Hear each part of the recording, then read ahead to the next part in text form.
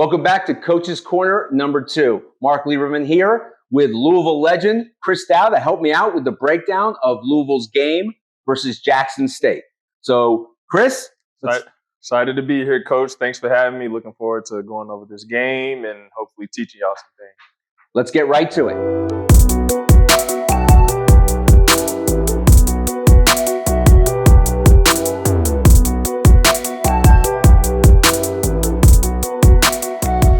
One of our first possessions here, watching Mikal Brown navigate a ball screen with great spacing by Louisville.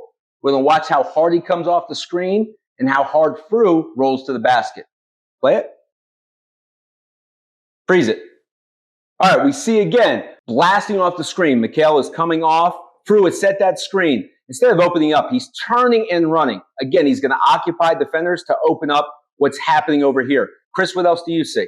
A lot of things here. So Mikal does a great job of using the screen and dragging the big out. So he's dragging the big out, pulling him away while his man's chasing. We have a hard roll here while you have your guard coming up to kind of stretch this guy, and that's what opens up this corner pass. Absolutely. And as we're about to play it, when you have a shooter in the corner, it's really hard to help off where he can get at least a foot in the paint or go downhill. Play it. Freeze it. We saw the skip that Chris talked about. A catch and a rip through by Roots, driving hard to the rim. Great seal by Frew, which is paramount. Gives him that lane. Really uses his body. Shot ready, shot ready. Everybody's active. Hard attack by Roots right to the rim. Play it. And Chris. Yeah, so this is something that doesn't show up in, the stat sheet or anything, but this is something that is taught by coaches. It's a sign of chemistry, guys liking each other. You see the whole team run to go pick up their teammate when he falls. So that's something that's called culture. That's building a culture. And that's something you don't see with every team, but that just goes to show you that these guys like each other. And Coach Kelsey is doing a great job with everyone. Throughout the season so far, we've seen tremendous ball pressure by Louisville, extending their pressure. Great ball pressure here by Mikal Brown. They're starting their offense so far away from the basket. You see the catch out here late. Guys are alert off the ball, Chris, which again, I know that's something that's you're big. Great defensive plays happen when someone makes a mistake or off the ball as well. And it starts with, like you said, Mikal Brown picking up high. They're starting their offense a few steps outside of the three-point line, which is lovely for defenses. Play it. Getting the ball pressure, close out. Action here. Everybody's alert. Freeze it.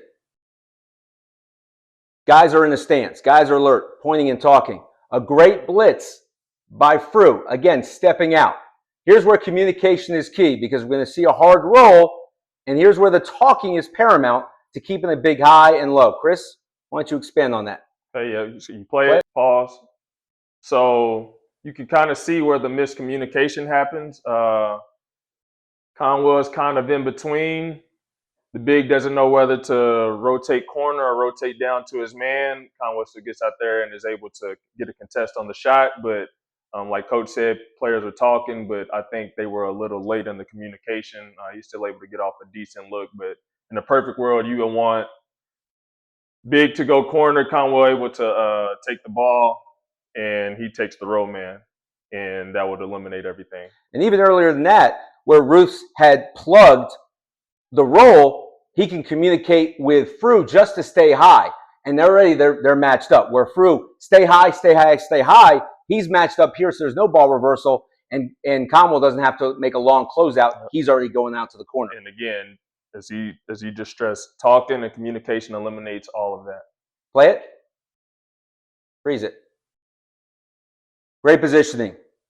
You know I like to use the term car crash on box outs. There's one here. No body. You see guys not coming in. When you get guards, Chris, to rebound, right? That's like when you're bigs, you don't have to get the rebound, but your man can't. When guards can get that rebound, it just makes the whole difference. Speeds everything up. You're able to get into the offense faster. Mikal Brown's a great playmaker, great in transition, and he's very athletic. So this is what you would want. Play it. And here's a perfect example of it. Right, bringing the ball down, finding a shooter on the wing. You live with that shot all day. Again, getting matched up, back in transition here. Again, pointing, talking. You see the activity.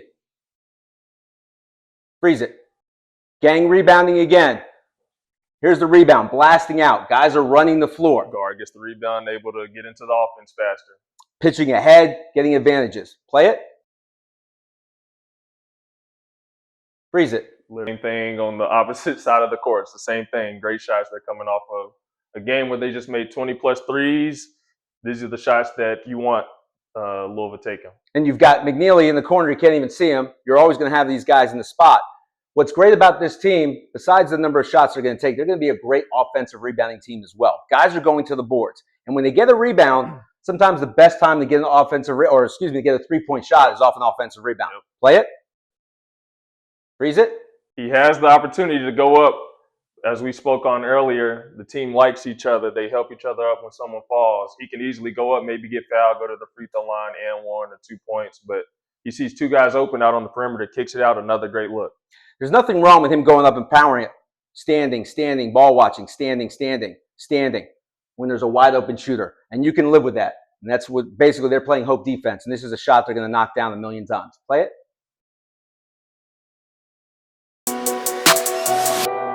Seen a lot of this year, Chris. They're extending their pressure, especially after a made free throw. Kasean Pryor, first appearance, coming on the ball. Guys are matched up. Go ahead, play it. Freeze it. So we see Pryor again, the pressure. I love that you see white jerseys here. Alert. Kasean Pryor recovering back. Now, again, Kasean Pryor with the trap.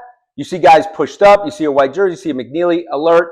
Now, Kasean Pryor in the trap. You see white jerseys pushed up. Kasean Pryor off the trapper is recovering back to the inbounder. Why does that work, Chris? Because really what he wants to do here is just get the ball to the guard's hands. The guard catches the ball kind of in the corner, kind of that position to catch it. So he only has one pass here. He's covered. Pass it back to a non-ball handler, and Kasean Pryor's job is to just speed him up and make him uncomfortable. And that's the key, right? Because most teams have either the 4 or a big inbound, and with Kasean Pryor, no matter what, his angle can come back and pressure. Take his time, And typically, when you know a team is pressing, a team that loves to trap especially, you want some sort of ball handler or someone who you feel comfortable handling the ball with pressure, taking the ball up, because if the ball has to go back to them, you feel okay. But in this situation, I don't think Jackson State really wants him handling the ball. Mm-hmm. Play it. Speeds him up. Guard goes back and gets it. Freeze it. All right, now we see the ball's reversed back, and we'll see the ball pressure coming up here by Willie. Go ahead, play it. Freeze it. Here's what's called a smart trap. And you see Pryor. He's almost attacking his teammate here. They're going to have active hands. Players are drifting. Offensively, you want to come back to when there's pressure like this, especially in the backcourt as they're bringing the ball down. Khalifa's in great position to take this away. This is taken away. He's kind of zoned out. What else do you see, Chris? They're leaving this pass intentionally, like I mentioned on the inbound. This is the best spot as a defense where you want to trap. Guard, as soon as his foot's past half court now, so he has no choice but to commit to this. Like Coach mentioned, Khalifa's here. We have Kobe here. These passes aren't available. So he has one pass here, and when he does pass it here, or if he does pass it here, it's going to be the same thing. He's going to have to come back, get the handoff, and you kill a bunch of time off the clock. And Chris, like the spacing here, not having a pressure release point where you said he can play too, and he's in between and can read the shoulders of the passer to get to it. Play it.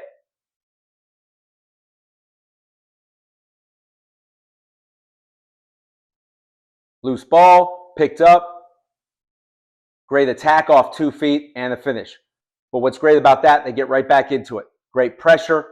They're talking a trap. Look how they sprint out of it. Freeze it. What I love most about that is, again, they're not turning and watching. Bad things can happen when the ball is in flight if you just turn and watch. Look how they just sprint out of it and recover back, Chris.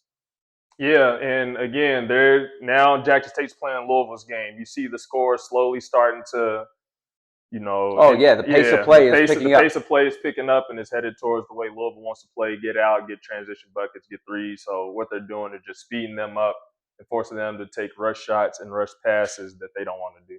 And this is probably Khalifa's closeout, but Kasean Pryor, with all his energy, is just flying out to the ball. Play it. But great help there. Again, by Woolley. Loose Now we're off to the ball. races Heads again. up. Pitch ahead, right, Chris? Shooter in the corner. What's going to happen? A 3. Great having Kasean Pryor back. His energy on this play is activity, sprinting out of the traps, deflections. And again, good things happen with great effort, and you'll just see it as it goes through his activity. Play it. Freeze it. Every time you see his man taking the ball out, Kasean Pryor does a great job of directing his body to where the offensive player only has a choice to pass the ball to the corner. Kasean Pryor's arms are long and athletic, so he's able to disrupt any passes if he, wanted to pass anywhere else. So he does a great job of always forcing the pass to the corner where he's able to trap. And then again, we see the same situation. He's covered. He only has this pass, and that's which is what they're allowing. They want it to go back. This is exactly what they're allowing. Yes. They want that pass to go back, Every knowing time. Kasean Pryor can recover back and get in front. You can get stunts and again, to slow him down, but Kasean Pryor with his athleticism can recover back. And that's a dimension he brings, which the other bigs just can't. Speed dribble, uncomfortable, trap. And just a random trap. Freeze it. So just a random trap again. And again, you see guys in position, active hands. Chris just talked about where his body positioning is, and Mikael Brown's kind of anticipating, but you see the activity here, and then just come up with a loose ball, another deflection for him. Yep, and this time, scramble, he looks like he's just going to get the ball and just throw it anywhere. I think the only open pass is there's a man somewhere here in the corner, but that's a long pass, so even if he is able to make that pass, Fru's able to recover and be in position, and everybody's rotated back. So another win for the Louisville Press, and they've already eaten up a lot of time off the shot clock.